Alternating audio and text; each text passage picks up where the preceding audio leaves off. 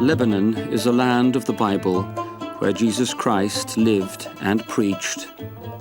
A country that through the centuries fulfilled its mission of statehood, where people of many faiths could be sure of a peaceful and tolerant coexistence.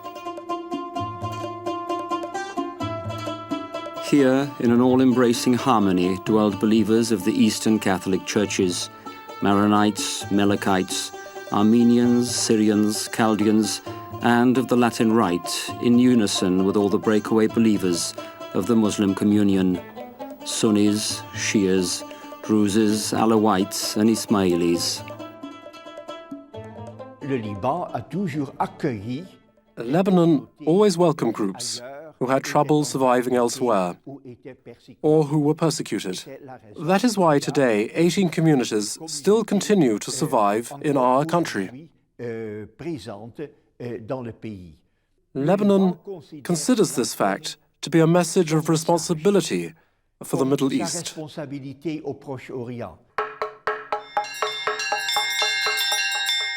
Religious diversity is decisive in shaping the spiritual and cultural richness of this region.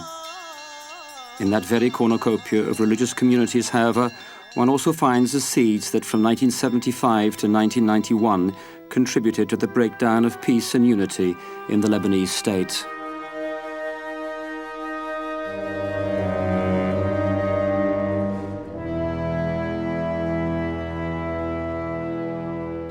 There was a war between Christians and Muslims, and people killed in the name of their religion. People were provoked to state their religious allegiances, and thus pushed into joining the fighting in defense of their faith.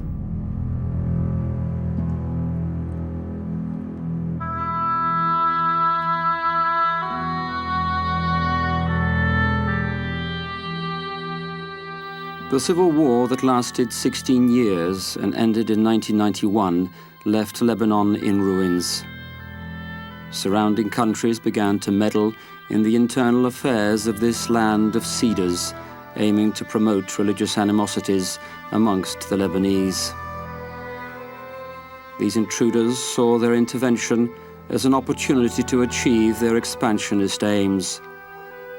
Ultimately, Lebanon saw its territory occupied twice over by Israeli and Syrian forces.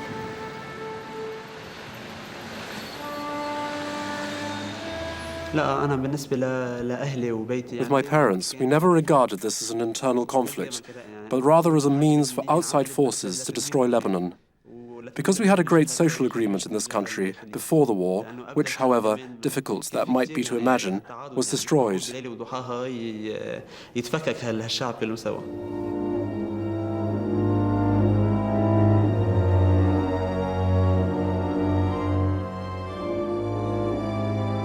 The Lebanese war brought death to 150,000 people and losses estimated at over 150 billion US dollars.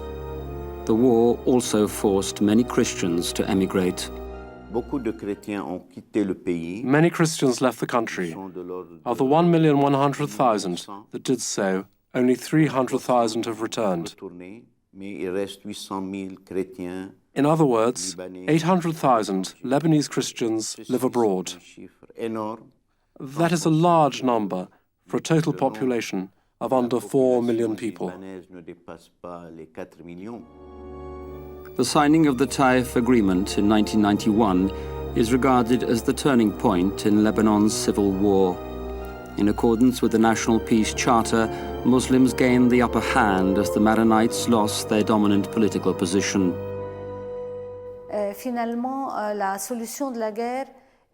The war eventually ended, pretty much because the non-Christian faction triumphed. Even after the signing of the peace agreement at Taif, we continue to feel that. They said that everybody would be given an equal chance.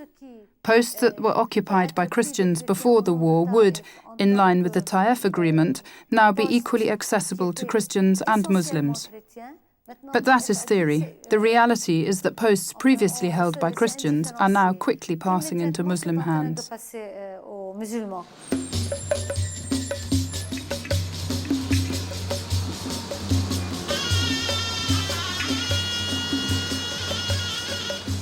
As the Lebanese suffer the consequences of both the political and economic crisis brought about by the war, they strive to regain their former stability and strengthen the internal workings of the state. At the ending of the war, Christians have become a minority in a Muslim society, a minority concerned that an encroaching Islamisation of the state and increasing corruption is making cooperation between Christians and Muslims at the executive level difficult. Many Christians have decided to emigrate in search of a better life elsewhere. All of this happens because of the economic crisis, but first and foremost because Christians have ceased to believe that this country is for them any longer. That a young man leaves his country in search of work in Europe in order to provide some sort of income for his family is quite normal. But alas, there are those, Christians, who leave for good. There is, however, a ray of hope. Christians who decide to stay strive to build bridges of understanding with Muslims at the most basic level, in everyday matters that affect everyday people. Christian schools contribute significantly to this effort. On voudrait que les enfants soient éduqués à la convivialité. We want our children to be brought up in a spirit of fellowship, respect for religious differences, respect for different faiths and different political views.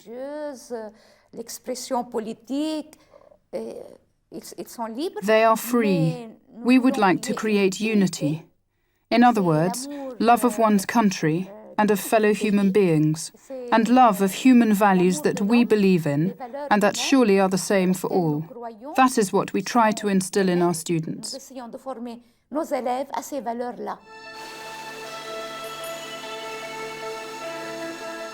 Christian schools are opening their doors to children from Muslim families, and state schools likewise to children from Christian families. Recent estimates indicate that 225,000, a quarter of all Lebanese students, attend the 325 Catholic schools. Of these, 20% are Muslim and 72% Christian. First friendships begin at school. I used to be in a Christian school, but now I attend our Muslim Christian one.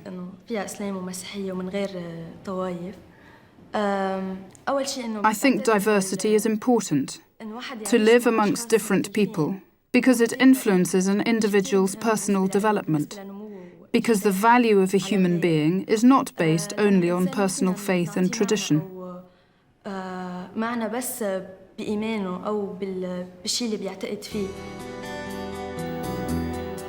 The work religious sisters carry out in hospitals also greatly contributes to the friendly and peaceful coexistence of Christians and Muslims.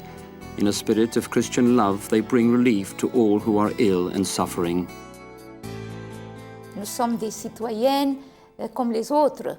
We are citizens of this country, just like everyone else.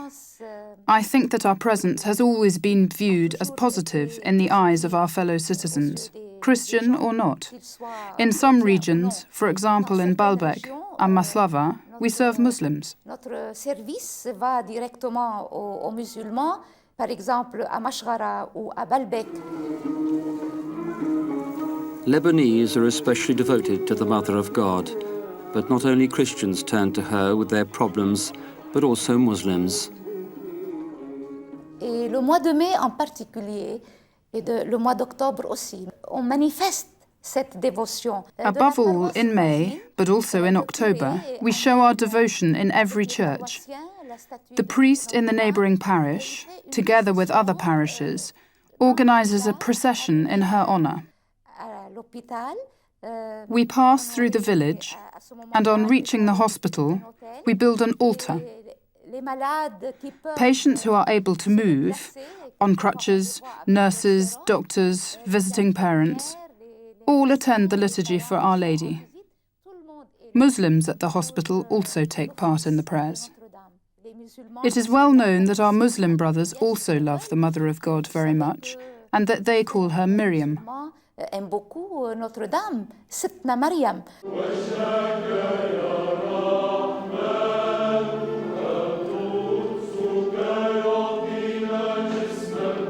Lebanese spiritual leaders, Christians and Muslims alike, underline that understanding, dialogue, cooperation, mutual trust and respect for diversity should be the cornerstone of Christian and Muslim coexistence in Lebanon. Both communities have their place and important roles to play in building Lebanese society. During the Holy Father's 1997 pilgrimage to Lebanon, John Paul II called upon all Lebanese, but especially the young, to work together at all possible levels, to work for the common good of all, to the exclusion of no individual, for truly we are all responsible for each other.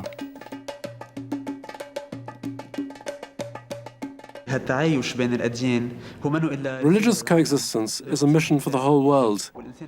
Human beings are capable of love and of living in peace with their fellow brothers and sisters. If we leave all our differences behind us, then love will prevail.